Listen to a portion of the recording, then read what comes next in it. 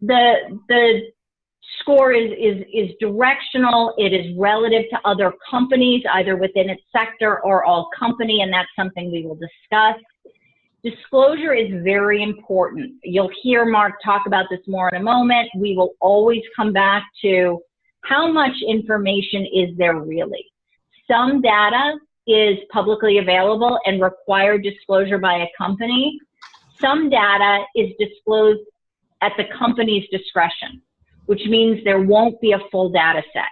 So one of the things we'll really talk about, and this is really important for transparency to understand the decision you're making, is are you okay including certain data elements, knowing that it relies on disclosure, which means that the set may not be comprehensive in terms of performance data, not investment performance data, but ESG performance. And we'll talk about that more in a moment. You will have an opportunity. Yeah, let me say, we are not of a size, or you're not of a size, to go back to a company and have a sit-down conversation on some aspect of their disclosure or lack of disclosure. You're just going to rely on what's in the portfolio and other public disclosures. That is correct. It has less to do with size and more to do with sort of business practice. That said, I mentioned earlier that shareholder engagement and proxy voting is something that you do have. And so the proxy vote, those are opportunities to express displeasure or desire to see more disclosure around certain issues. So that can be done there as well. Versus sector, this is an issue of, are you comparing a company just to its sector, other energy companies, other financial services companies, or across all companies? For reasons we'll get into later, almost all of our clients use versus sector because it's a better risk control, and we can talk about that more later. Tracking error, which we've mentioned a few times, this is basically the statistic that Len and his committee are going to use to understand the implications of certain values and scores. And this will basically be a way of assessing that trade-off. So this chart you see, Liz, you're probably very familiar with the concept of efficient frontiers. This is the social efficient frontier. I've never seen a social efficient frontier before. This is fabulous. I've never seen one. Seen a social. Well, great. And yeah, so this is a way to really visualize the trade-off between the social score and the vertical axis and the incremental risk. Yep. And that's what we're going to be looking for, is getting you to a place where we're going to present to you a set of portfolios basically on the red line, and it will be up to you collectively to decide where you're comfortable being on that red line. Okay? Yep. All right. Any questions on what we're going to do in terms of the process and the portfolio construction? Nope, very clear. Thank you. You're welcome. Okay, I'm going to turn this over to Mark. As I mentioned, he heads our ESG research and social conversation facilitation efforts, and he's going to talk about the work that we've done in mapping what you've already said is important to you into how it might play out in ESG data. Mark? Great. Thanks, Liz. So you're already intimately familiar with all of the resolutions that have been passed, and were part of the input that we have received. And we did this mapping exercise in essence to sort of start the social conversation and start with the literature that already exists, to prepare ourselves and also give you some information before we go into the October meeting to fine-tune decision making. But I wanted to share with you just a little bit about how we approached this mapping exercise. I think it's important to understand that Apereo as an organization, and in our approach to working with clients on ESG issues, we're what I call a values neutral organization. It's not our job to put our values or our interpretation in place for clients. It's our job to listen and work with you and make sure that we understand your worldview, and then do enough educating so that we're able to create an affirmative mapping between your worldview and what you're trying to accomplish and the ESG data as it exists. And so that's the approach that we're going to take all the way through this process, through the social conversation, and it's absolutely the way we looked at the resolutions as we were working to create a preliminary kind of mapping. So just a couple of additional thoughts about how specifically we interpret that approach into this specific exercise.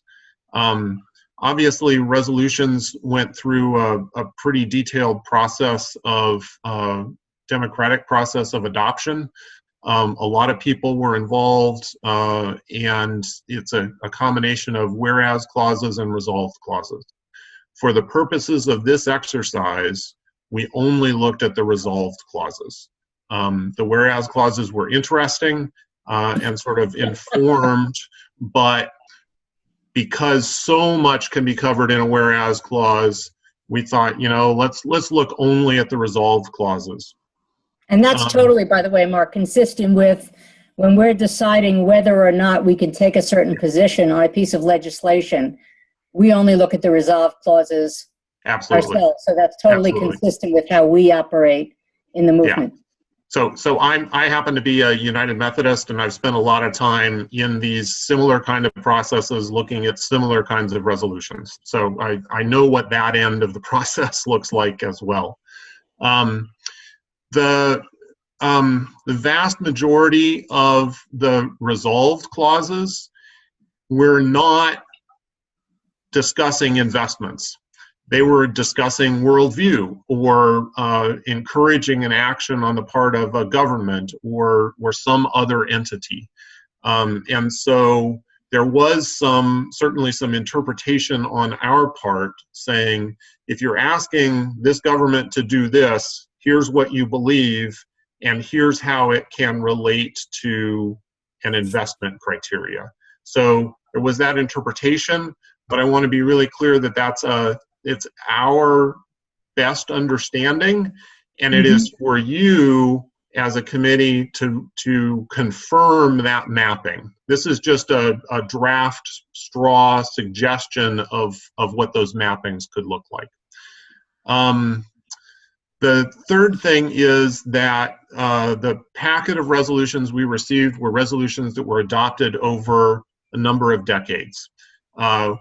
We, for lack of any better information, we took the view that all of the resolutions had equal importance at this point. So that's, again, something that you may want to go through and say, well, views have shifted. We're going to downplay something that's 40 years old, and we're going to more emphasize something that's more current. But that's your interpretation to make.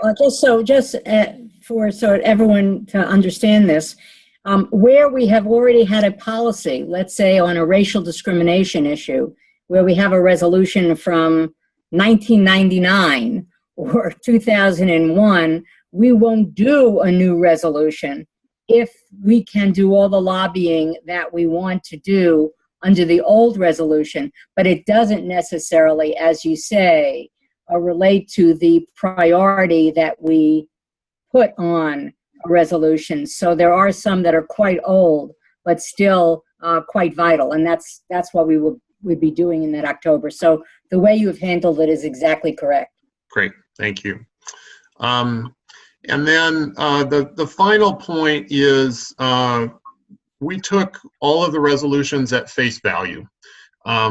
We make no judgment about whether we agree or disagree or whether, but we also understand that there is probably not unanimity within the reform movement on some of these, and some of them may continue to be close calls and up for much discussion. So we have done the best that we can in creating these draft mappings of accepting the resolved clause as is and saying what ESG criteria, if any, exist to implement what we're seeing in that resolved clause.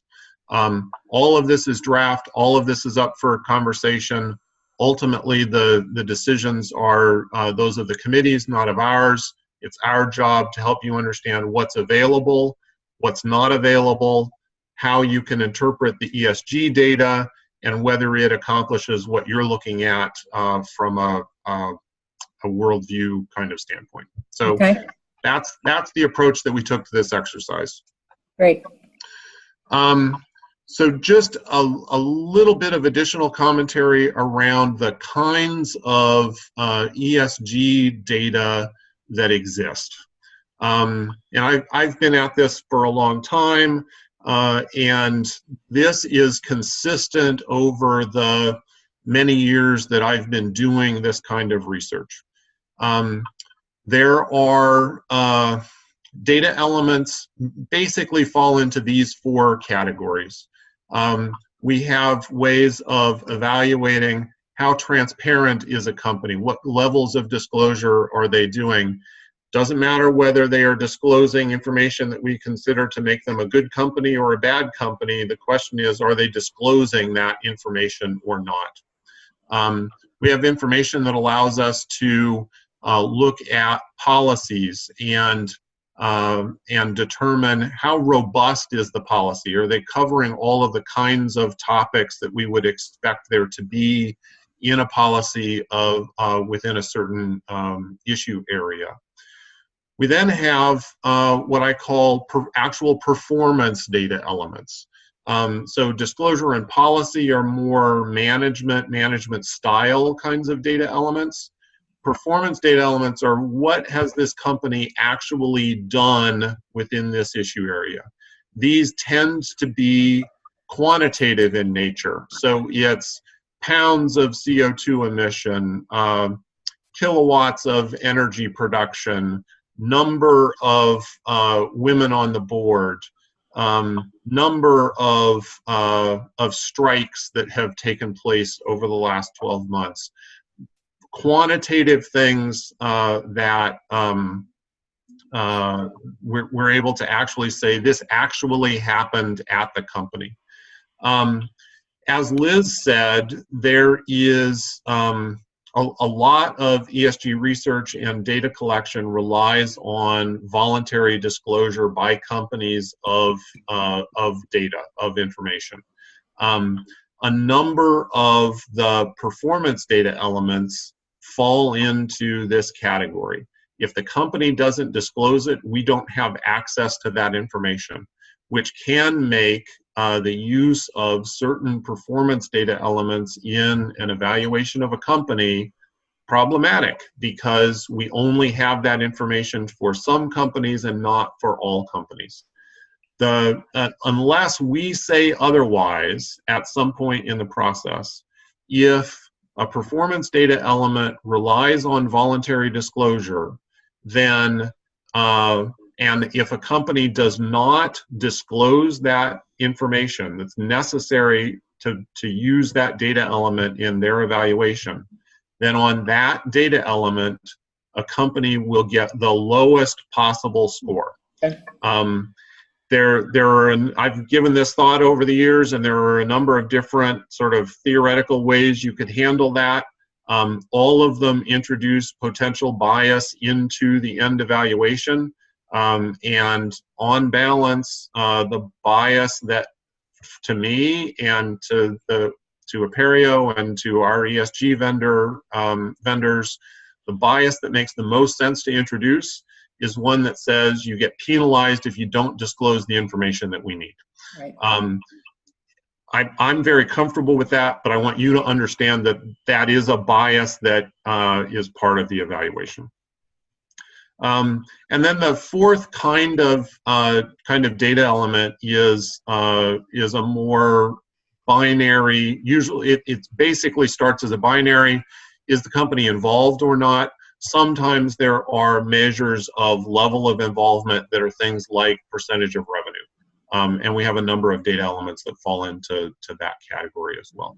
So that's just a basic construct of how to look at ESG data kinds of concepts. Liz? So now we get into the mapping. The next series of slides are all issue areas. So this first one is environment.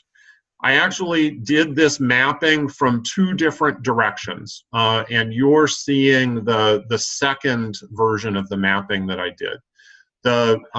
This version is taking ESG data concepts that we have data for, and saying which concepts might make it into an RPB policy, and which resolutions that were in the packet that were sent to us support the inclusion of that data concept in a social policy that we would use. The first mapping that we did was actually the flip of that. We went through every resolution and said which ESG criteria or data might be included because of this resolution. Oh, okay. Following this call, Liz Michaels is going to send to Michael a packet of information that will include a number of things to help you prepare for October.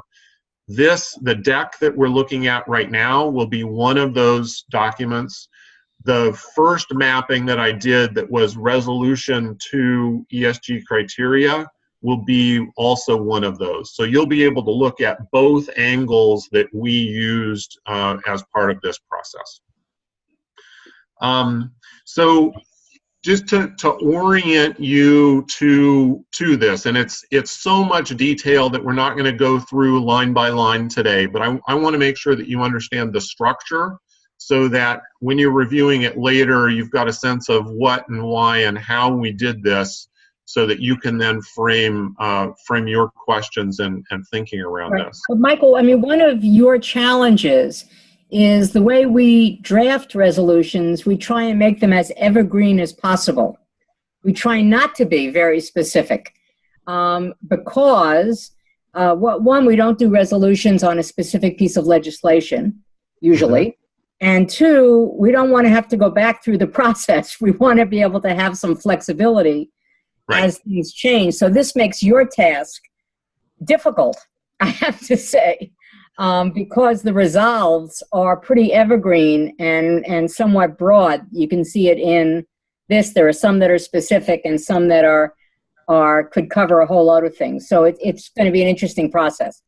Right, and I mean, absolutely the resolve clauses tended to be broad, and that's why you will see a number of ESG data elements that have as the supporting concept for including that ESG data element the same resolution.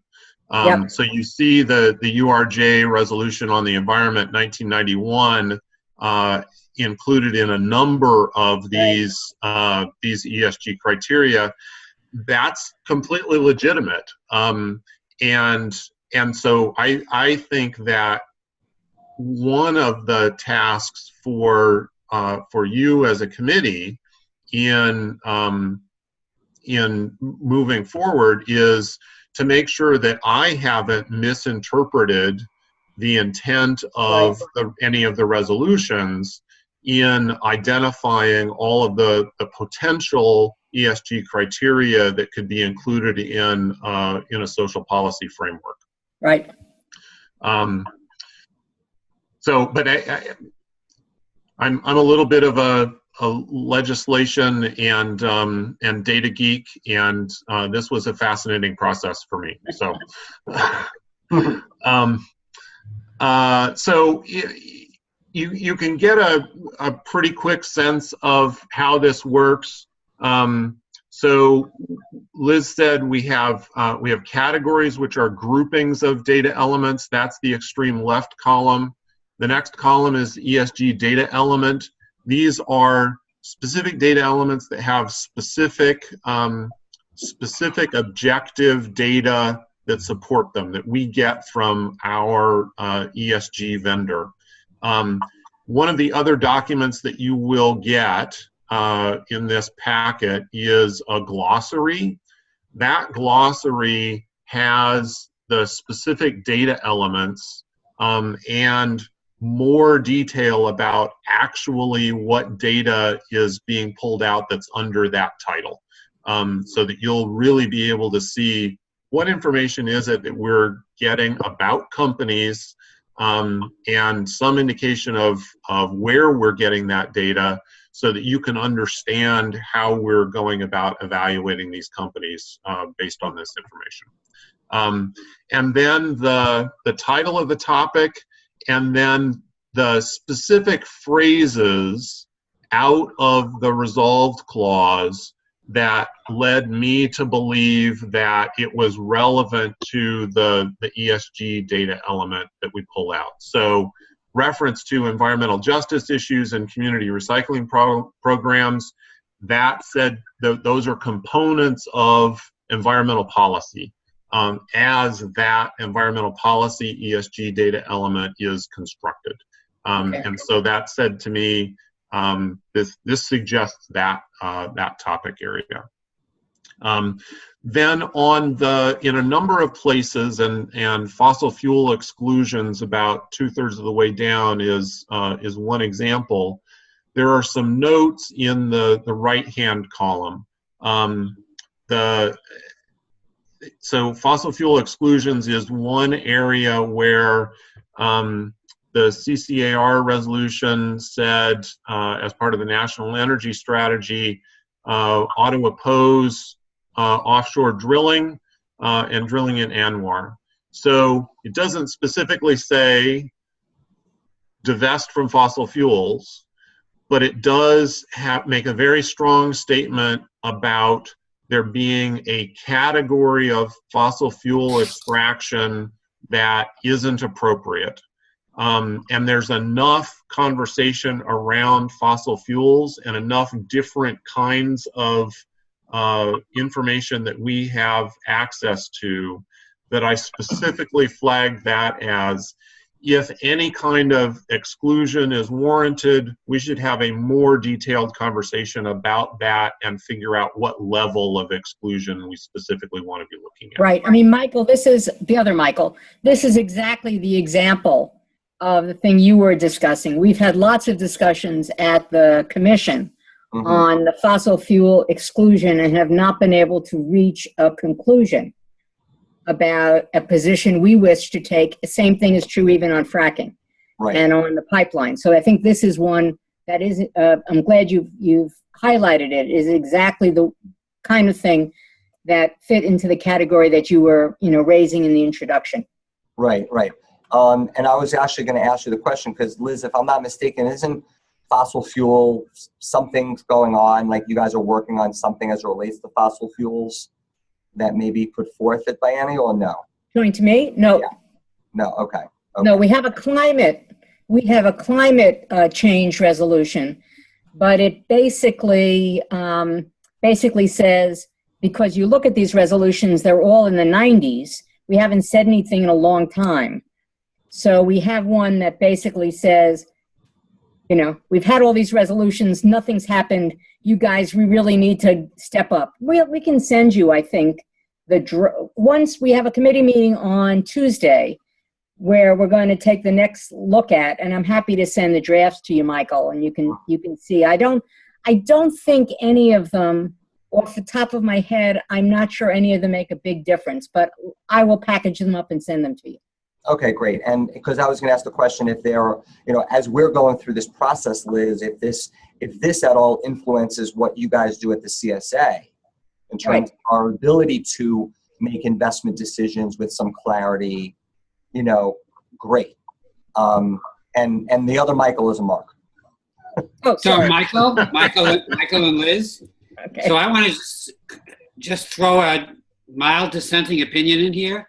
I'm not comfortable for our committee or the RPB board to make policy for the reform movement. I wasn't suggesting that, Howard. It was more about if there is some thinking that if this process enables some more nuanced thinking, some more additional thinking at the CSA, let it happen. I'm not suggesting that'd be great, but I'm of the position I want to take direction from the CSA and from the CCAR. No, overall, totally agree with that. Absolutely. Okay. Absolutely. But there may be things that they may want to consider based on what we're trying to accomplish. But again, it's up to them. I don't know. Okay. Okay, back to you. The last thing I want to show just sort of structurally on this slide is that so the first two categories, environmental management, environmental performance, those would go into the scoring approach that Liz Michaels was talking about. Environmental exclusions, we've talked about the need to potentially talk about that more. And then the bottom category is labeled environmental tilts. And these are the additional scores that Liz hinted at earlier. When we do the portfolio construction, we have some additional data sets that don't fit into the broad spectrum ESG scoring, but are additional scores that we can use to provide additional direction and additional tilting for the portfolio as separate and distinct scores. One is the ability to reduce the carbon footprint of the portfolio compared to the benchmark index. That's the low carbon overlay. If the benchmark index has X as its carbon footprint, then we construct a portfolio that is actually an 80% reduction in that carbon footprint. Okay. So that's one concept. The second concept is companies that have products and services where they're generating revenue that solve environmental problems. So think green building materials, pollution prevention, that kind of thing. Then it overweights the average revenue from those kinds of sources compared to the benchmark index. So just additional concepts to get at some of the kinds of issues that have been pointed out by the resolutions. And before we move on to the other topic areas, any questions about the structure of how we're presenting this mapping? Nope. No. Okay, great. Liz? So the next category is human rights. Just a couple of thoughts about human rights ESG research. As you can see, there within the resolutions from URJ and CCAR, there are a long list of human rights kinds of issues that are of concern. Human rights research on company-specific performance, and so think back to the categories of ESG data that I described. Performance research on human rights issues is very, very difficult to get apples to apples comparison of companies across global supply chain, multinational corporations with hundreds and sometimes thousands of facilities. For this reason, research tends to lean towards human rights policy and disclosure kinds of issues, and what level of exposure does the company have to countries of concern, countries where there are horrible human rights kinds of situations. And so the performance, what we call performance data on human rights, there really isn't great data to support that. To the extent that that's of concern to you, and you don't have high confidence in the appropriateness of policy and disclosure data, it may be that human rights information is something that you want to pursue through other strategies. Think proxy voting and shareholder engagement. That those are other tools we have if those do a better job of representing your concerns than these. So just a note around the state of research on human rights issues in the ESG realm. Okay. Any questions about that? Nope. Okay. Labor category, same structure, no specific thoughts that I have here.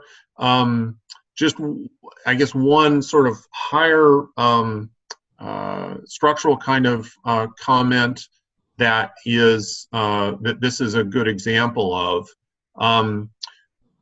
Our data, we get data from a variety of ESG vendors.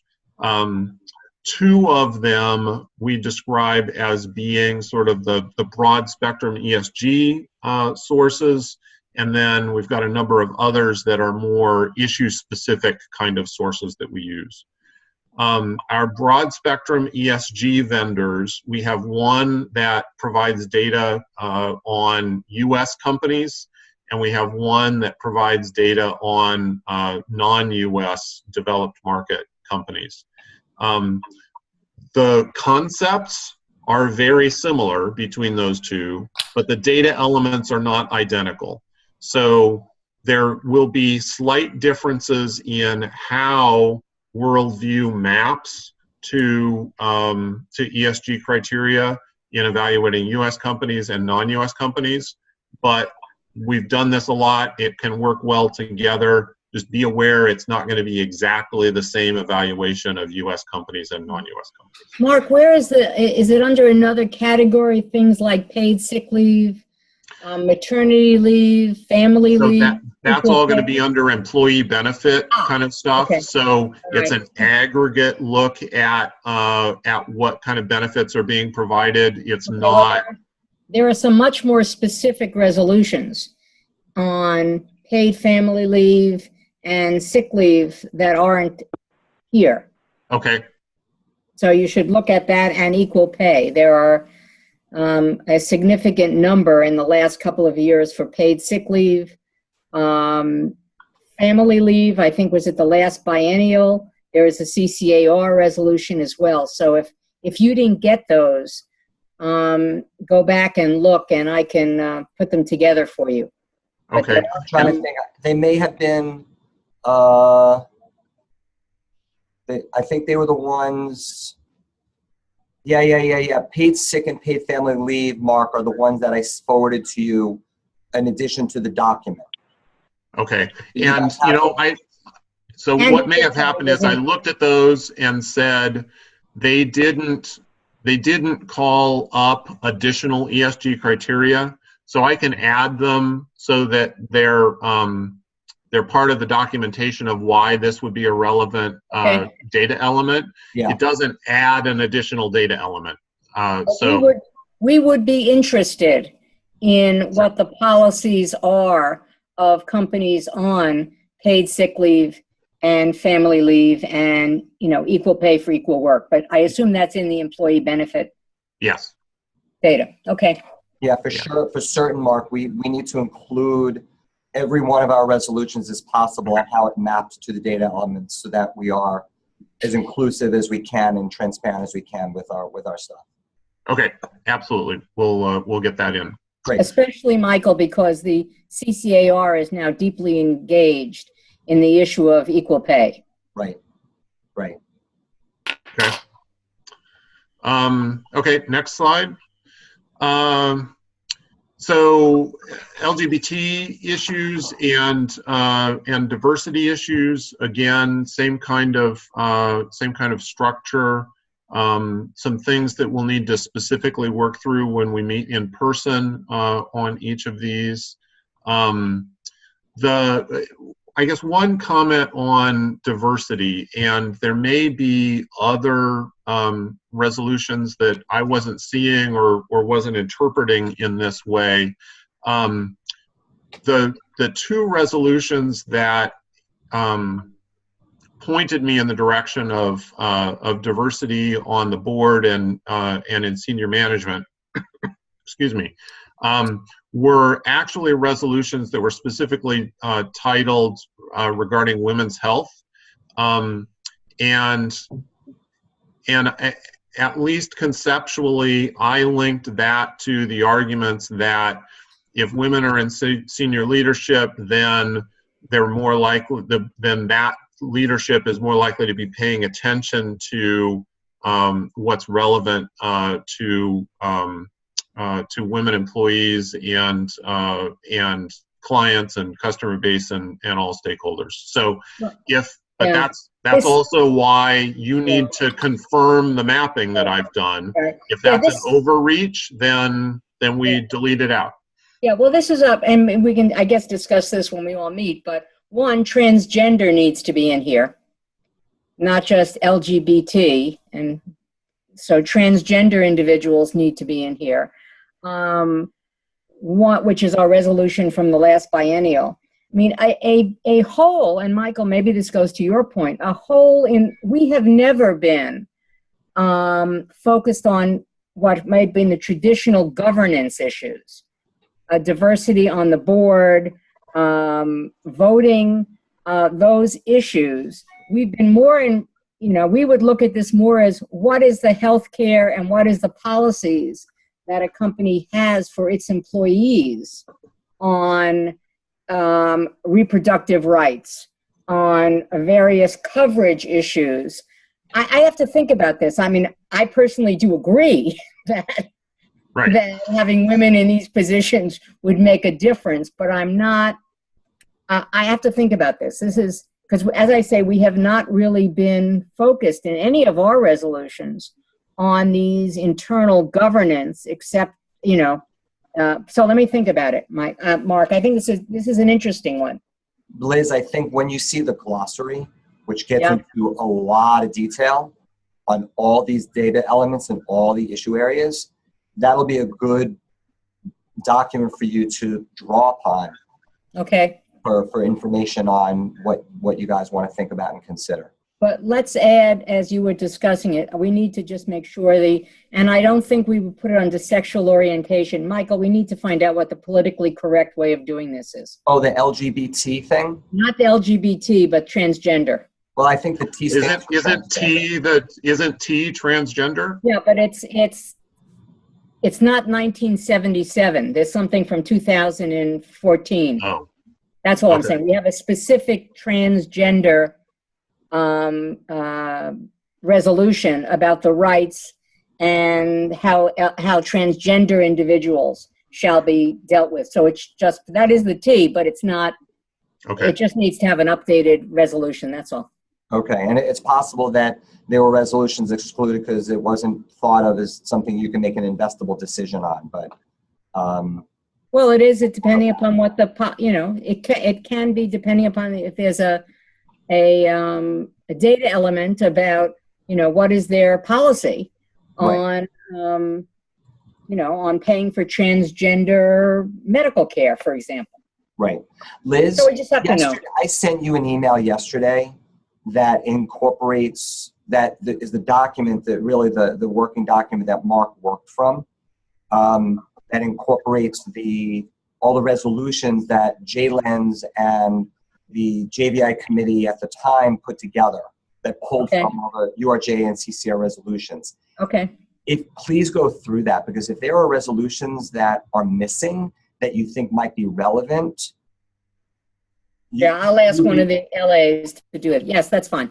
we need someone to review that document and to see what might be missing. Right, okay.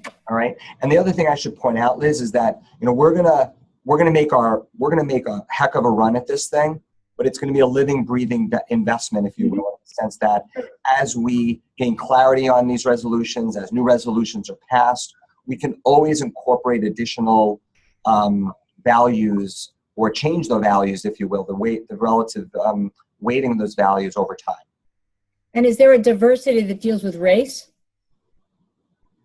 We have some data that that addresses that in senior management issues. It's based on voluntary disclosure.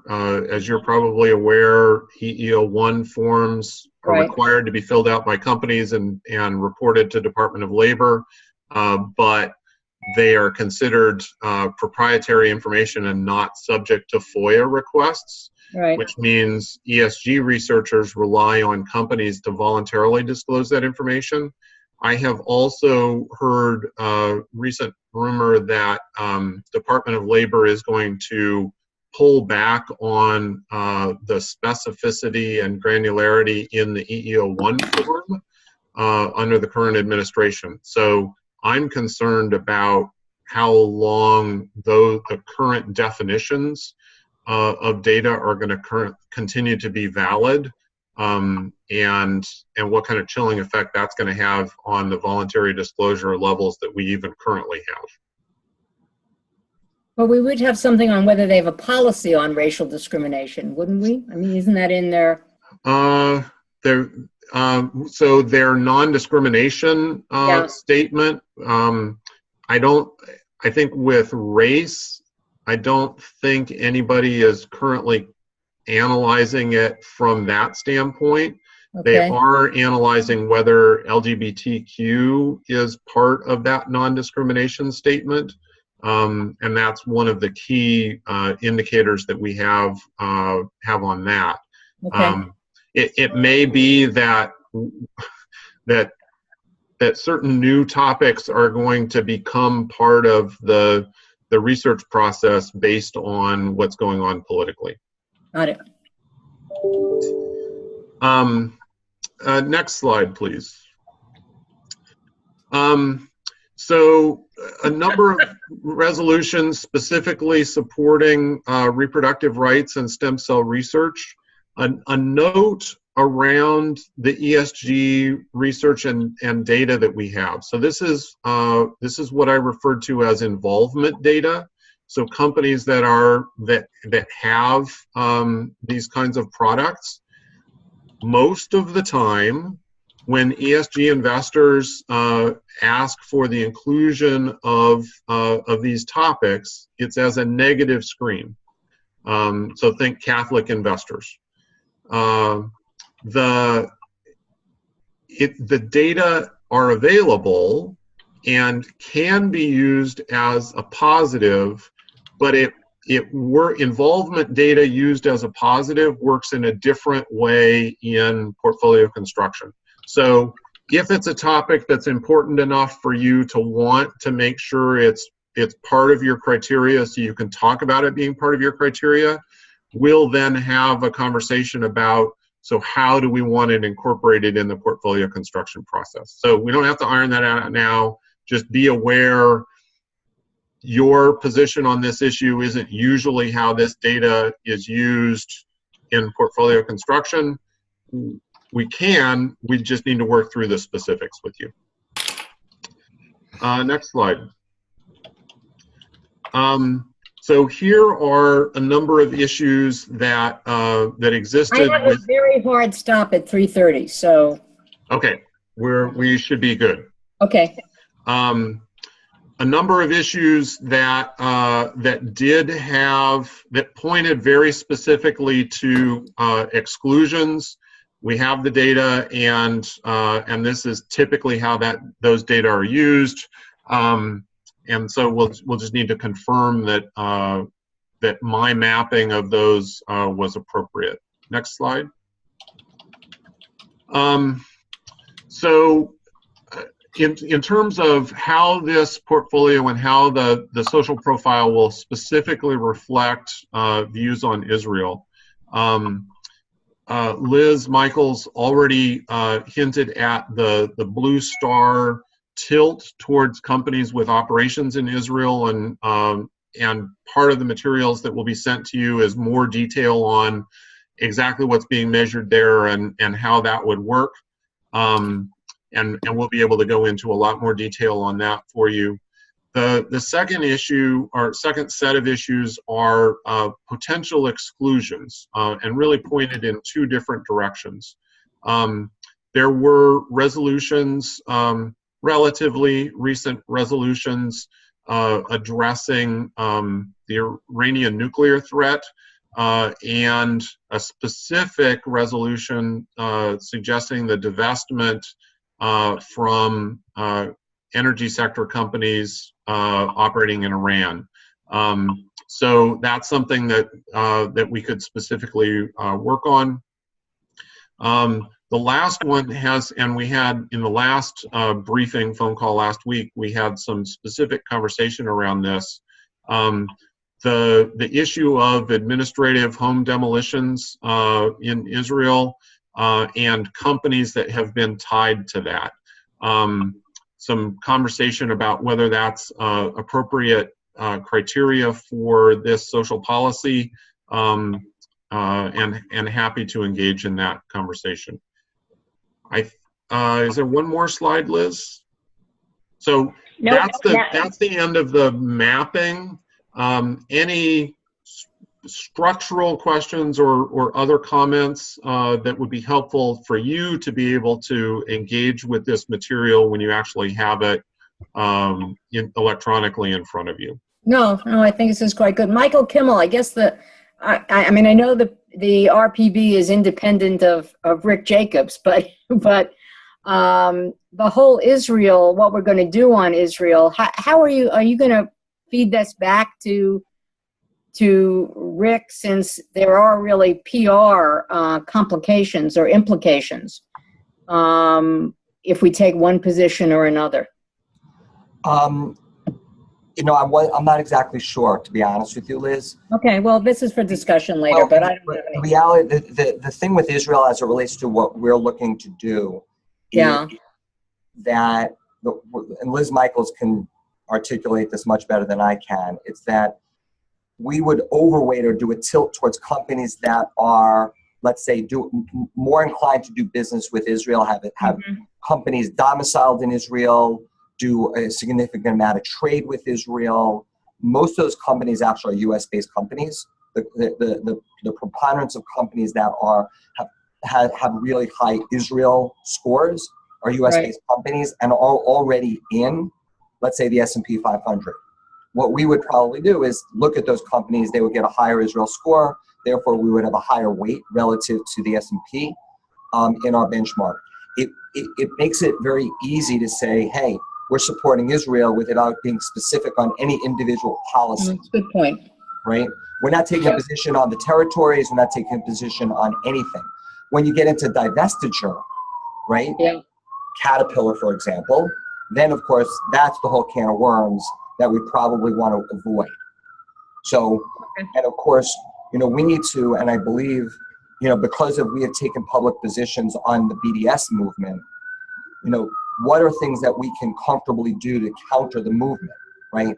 And that is to show our support in Israel economically by making some investment decisions. Yeah, all I was trying to say, Michael, was that in terms of the commission really has not, and those resolutions for the last couple of years, you know, again, this is all between us, but for the last couple of years, the Israel portfolio and what our positions are going to be have very much centered at the URJ and Rick and, you know, senior management. So you need to, because you won't find them a lot in the commission work because of the sensitivity. That's my only point. No, it's a good point. But you might find, but Michael, you might find them at the CCAR. Yes. You could find them at the CCAR, for sure. And we actually, and the RPB if you actually, Liz, look at the JVI policy as it's written, we have a section for Israel showing support for and investing in Israel. Okay. So we actually have our own policy that we can actually lean on, correct me if I'm wrong, Howard, that gives us direction on tilting towards Israel. Right, but I'm hoping that Liz, Imperial Liz, is going to help us work through this with her next steps. Yep. Yes. So with all of that, we are, as Mark mentioned, we're going to send Michael a set of materials for everybody to spend a little more time and really familiarize yourself with it. We will be sending you a survey on the 18th, and that survey is not intended to be, you know, with any finality, but more directional so that we can use that to structure the conversation on the 24th. We ask that it be returned by the 4th, recognizing that the holidays are all clustered around there, but the survey we think will take about 30 minutes, if that, and will provide some important direction for us. We will all be in New York on the 24th for a social conversation. Coming out of that, as I mentioned, we will draft the values policy statement for the whole committee to review. We will iterate on that and eventually, hopefully, get final approval. And then we work on the implementation. And, you know, assuming you can all come to an agreement, both on the social parameters and the investment parameters, we'll move forward on the account and then ultimately adding it to the menu for other groups that are interested in leveraging the thinking and the intellect of this group. I will note, you know, just on that last bullet, with the Jewish Values Strategy and the way that we offer this up, and I'll include the menu, Michael, if you want to share it, some of these issues, Liz, you know, when you were talking about some of the fracking and what we're doing there, there is an opportunity to create a core and then allow any additional congregation or Jewish family or entity that wants to express a position on something that RPB, for whatever reasons, can't take an institutional opinion on. You can use that, the RPB Jewish Values anchor, and then other groups can customize around that, allowing people to express, different congregations to express particular views. So if that is helpful at all in thinking about this. So with that, I don't know, Liz or Howard, if there are any more questions at this juncture. So Liz, you're going to take the conversation we just had about Israel, and you had, I heard you said you had a lengthy conversation in the other phone call as well, and you're going to figure out how to help us work through that through the survey?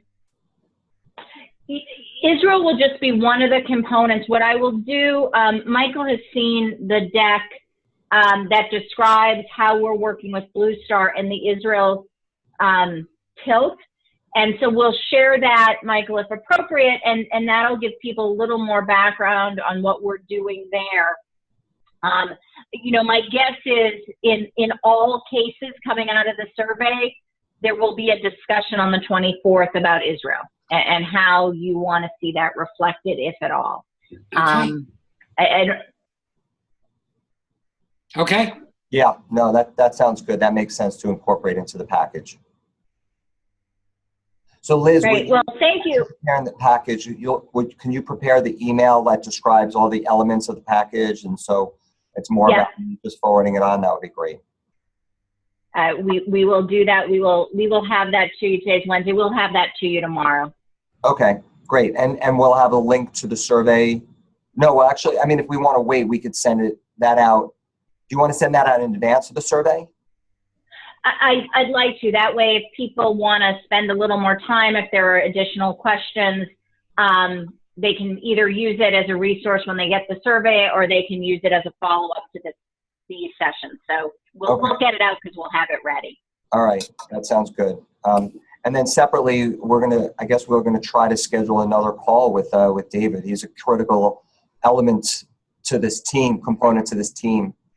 Did you record? This is recorded? Oh, you know what? I did record. Unfortunately, I missed the first 10 or 15 minutes of it, but I did record it since then. So I could send him a link to this recording so he could watch it. Michael, you'd probably be more successful. You're probably right. But I did miss a few of the slides at the beginning. So Liz Michaels. Oh, well, actually, the package will have this deck, so that's good. Yep. That's good. All right, great. All right, All right, well, thank you very much for this very individualized briefing. It was